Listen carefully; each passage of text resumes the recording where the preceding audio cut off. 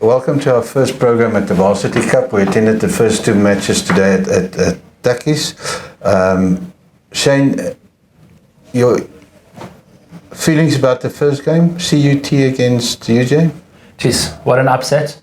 Maybe not an upset actually, but seriously, unbelievable performance from CUT. They set the standard high for the season coming, and good luck to them for the rest of the season, because if they play the way they did today, Stellenbosch, UCT, Tukkies, they have a big game in front of them. So congrats. UJ, a lot to work on, lots of silly mistakes, but let's see if they can pull it together for the next game.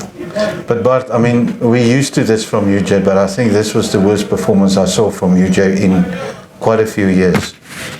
Yes, Carl, definitely very disappointing. I'm personally very disappointed.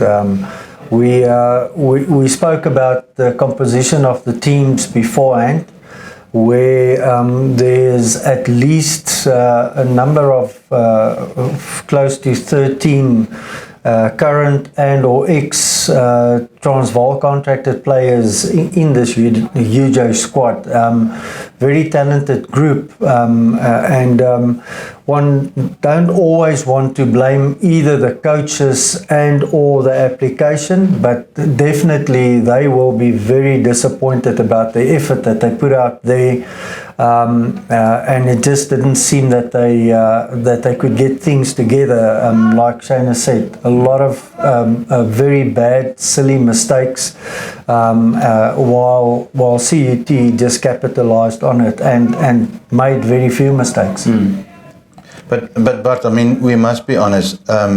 It is a poorly coached team, Shane, because I mean, the mistakes they made was elementary mistakes. It's really down to coaching.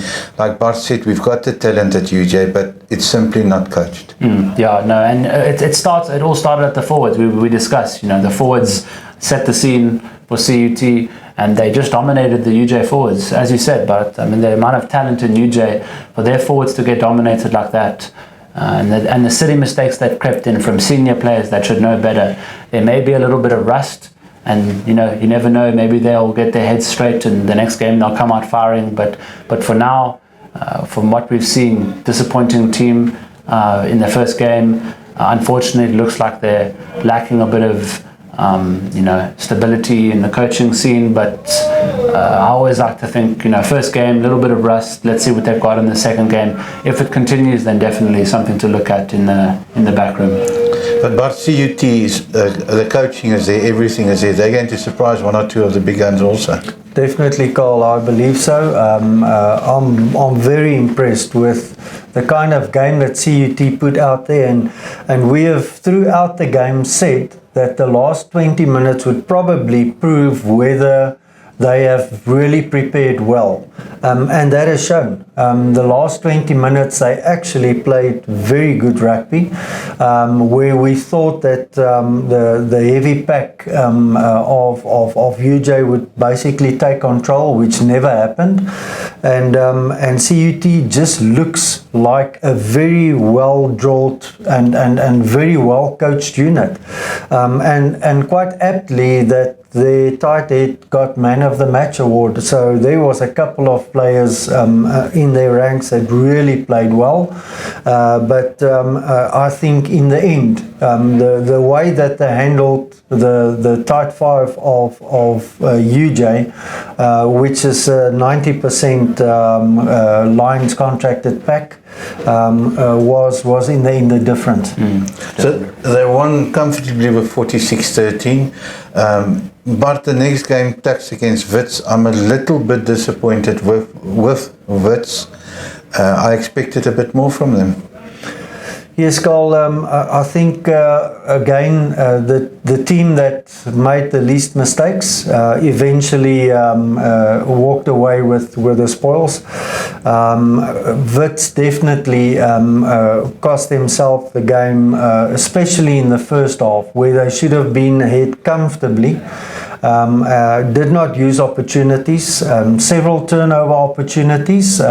One must give Tuks credit that they turned over ball that should not have happened.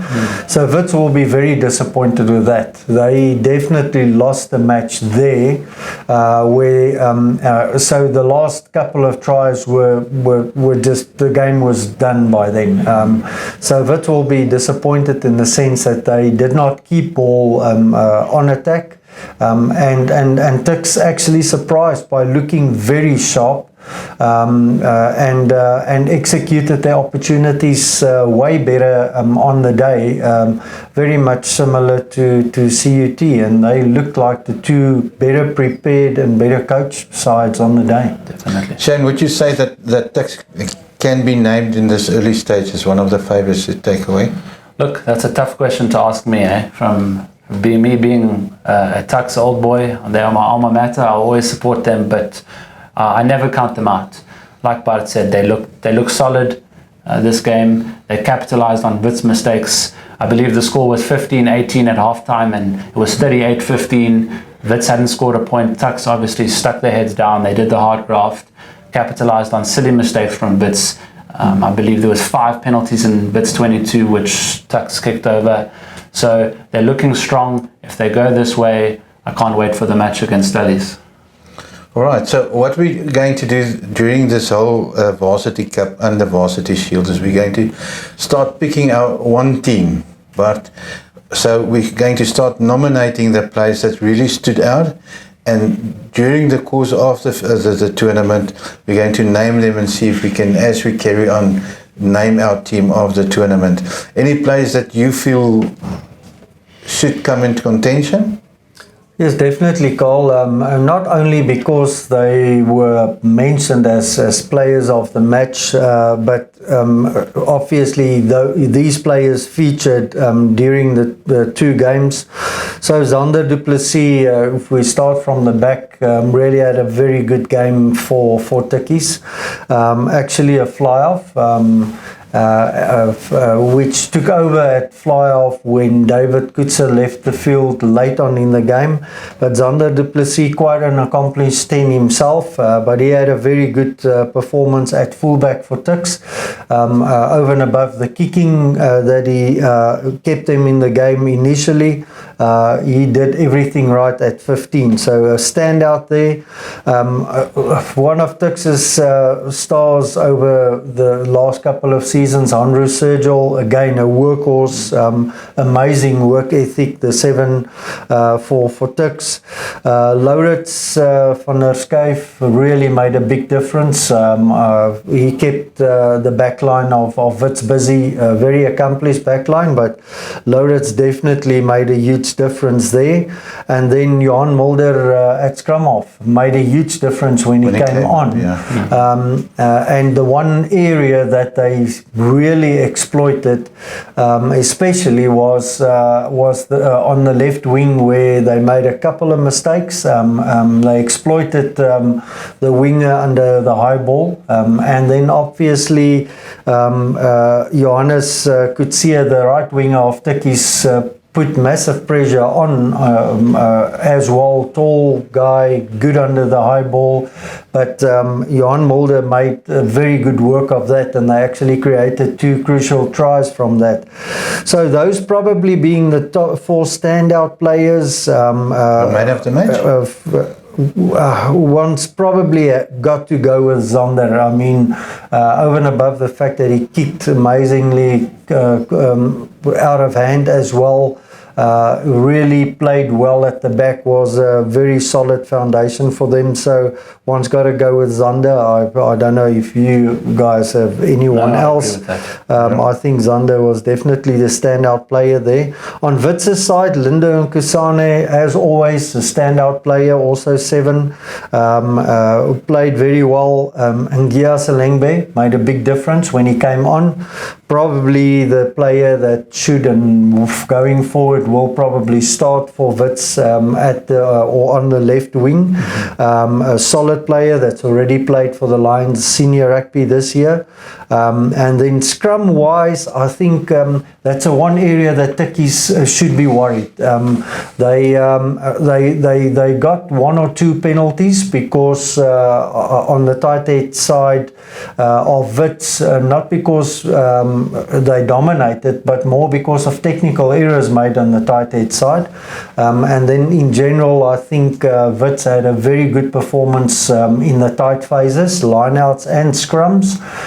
And maybe a bit of a mention there to Jason Klute, who did well, but I think the tight forwards of Wits in general did quite well in this specific match. Shane, and then Dlamini was the loose head prop off tax that started the game. He was injured very early on, unfortunately, and then he was replaced by Devil Donald, and those 2 finished the game. So it's obvious that Tuks have a problem at prop. Otherwise, they would have sent on the other prop. Definitely, also. And I believe he was heavily strapped on the knee, so there definitely looks to be some problems there, and they're definitely going to have to work on that going forward, because there's some strong scrums. Look at the likes of CUT. If they come up against that pack, it's going to be a tough game. Yeah, CUT is definitely with their pack of forwards proven that tonight. So, and then Marties, will always come with a very good tight 5. Absolutely. So that's the one area that Tuks definitely has some sorting out to do amongst their tight 5 going forward. Absolutely. Yeah. And Shane, do you want to take us through your favourites or the best players for the CUT? Yeah, definitely.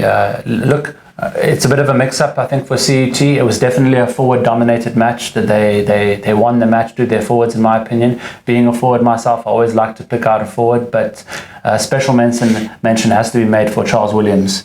Fantastic game. He really ran the back line. His defensive coordination was great. He called out players, a good leader on the field, and he made some fantastic moves. So from the back line, definitely Charles. And then in the forwards, look no further than Fortain at 4, had a fantastic game, put his body on the line. So, great game from him. And then I believe my man of the match should definitely go to Blanche. Johannes de Blanche had a fantastic match.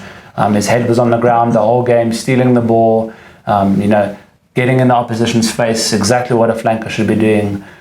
So fantastic game from those 3 players. Special mention can also be made to a few of the other forwards. Buerta at 3, he had a great game. So I think those are the few players that stood out to me. At this stage, I don't want to call out any players from UJ for now. I'll give them the second game maybe to light the spark, and then maybe we'll give a few of those guys a special mention. But for today, I think the boys from CUT deserve all the praise. Right, then the final question. Any of these players that you mentioned that you want to already nominate for the team of the week or the team of the tournament? Cole, I honestly believe that these standout players, someone like Cohen Jasper, did not get a lot of opportunities tonight, but when he actually got ball with some space at the end, he showed how lethal he can be. A player that's played SA under 20, Harties Droste, fullback that basically came from nowhere, did well at the Cheetahs, and obviously now with CUT playing very well. So I think this backline of CUT is very underrated and maybe even underestimated. They just played the right game today. They played a forward-dominated game, kept the ball amongst the forwards, and just squeezed the life out of UJ there. But with Charles Williams, their scrum half who's equally adept, and then and Cohen Jasper, even Neil Stannard on 13 was really playing well.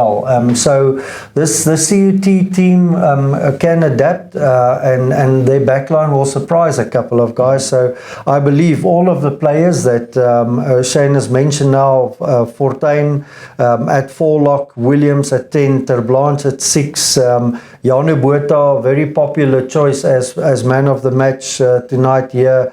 And then Cohen Jasper, they definitely all in line, I believe, for possible player of, let's call it, of a team of the tournament. And then the players that we mentioned in the last match, Zander Du Plessis, Andrew Sergel, Laurits van der Schuyf and Johan Mulder. For sure claimed sort of their stake to be included in a possible team for the tournament. And then likewise with Lindo and Kusane at 7. I can already see that we're going to have very good competition at 7 throughout the tournament. We still have to see a couple of teams, but there's very good competition there. And then we haven't seen a lot about of Ngias and Selengbe.